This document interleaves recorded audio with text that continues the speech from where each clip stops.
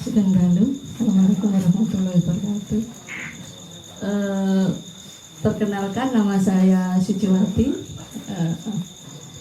istri almarhum Munir yang dibunuh di udara di atas Garuda 974. Belajar dari Kendeng tentunya hal yang buat saya juga penting, karena bumi itu sumber air, itu adalah ruang kita bisa bertahan hidup, dari sanalah kita bisa hidup.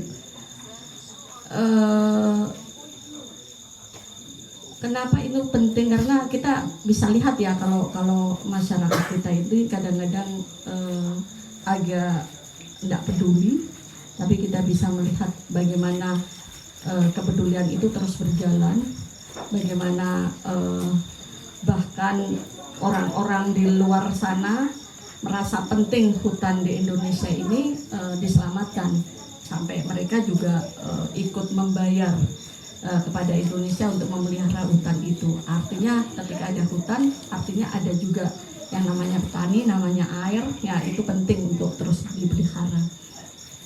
Tentunya sebuah pengalaman yang luar biasa buat saya ketika saya melihat kekompakan, kesolidan itu terus terjaga, dan itu memang pembelajaran Kang Hun dan teman-teman di Kendeng. Dan saya kesini pertama itu sebelum Kupatan Kendeng ya, kalau nggak salah, masih anak saya masih SMP ya, sekarang udah Fakultas Hukum jadi udah kuliah maksudnya. Jadi sebuah perjalanan yang memang panjang ketika kita mencari keadilan di Indonesia yang memang tidak mudah diraih, dan pembelajaran sedikit memang kasus-kasus lingkungan, kasus-kasus yang ditenggarai oleh masyarakat yang bisa dimenangkan. Kasus saya sendiri tentu saja masih buat saya masih terseok-seok ya, masih belum ada kejelasan, dan bahkan hari ini masih menguasai Republik ini. Jadi tentu saja itu tidak membuat saya kemudian menyerah, karena ada banyak ruang-ruang untuk kita perjuangkan.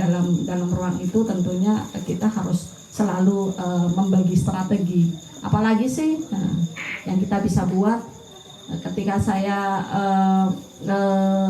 melakukan perlawanan juga bersama kawan-kawan lewat pengadilan, dan dipatahkan, bahkan ketika sampai memang ada salah satu jenderal yang dibawa ke pengadilan dan dikalahkan, dia kemudian dibebaskan.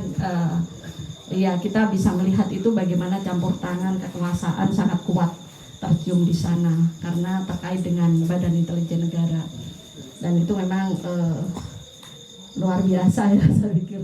Jadi saya mencoba menginisiasi untuk membuat gerakan sosial dengan membuat aksi kamisan.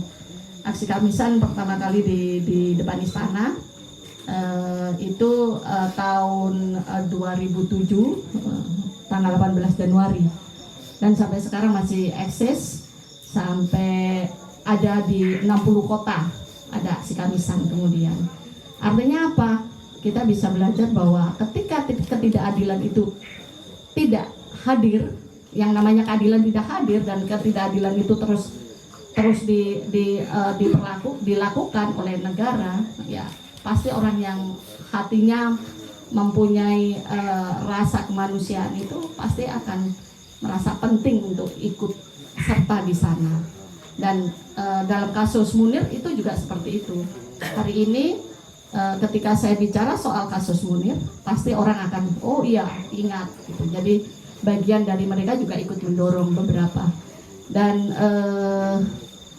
kasusnya sendiri hari ini masih bahkan kalau dilihat, kalau ini menjadi sebuah kasus kriminal biasa, itu kadaluarsa tahun ini tanggal 7 September. Tapi buat saya sebagai korban, saya merasa itu tidak ada yang namanya kadaluarsa ketika keadilan itu tidak hadir. Kenapa saya harus bilang itu selesai?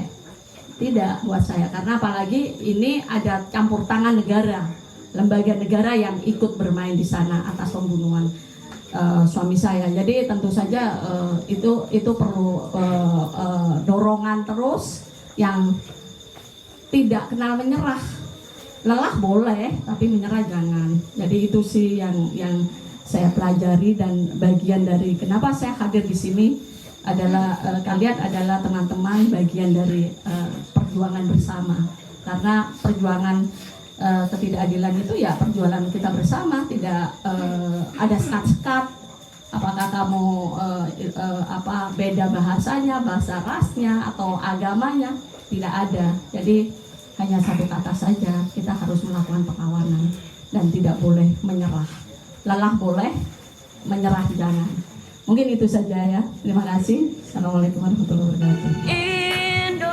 Indonesia, merah darahku, putih tulangku, bersatu dalam semangatmu. Indonesia, debar jantungku, getar nadiku, berbaur dalam angan-anganmu.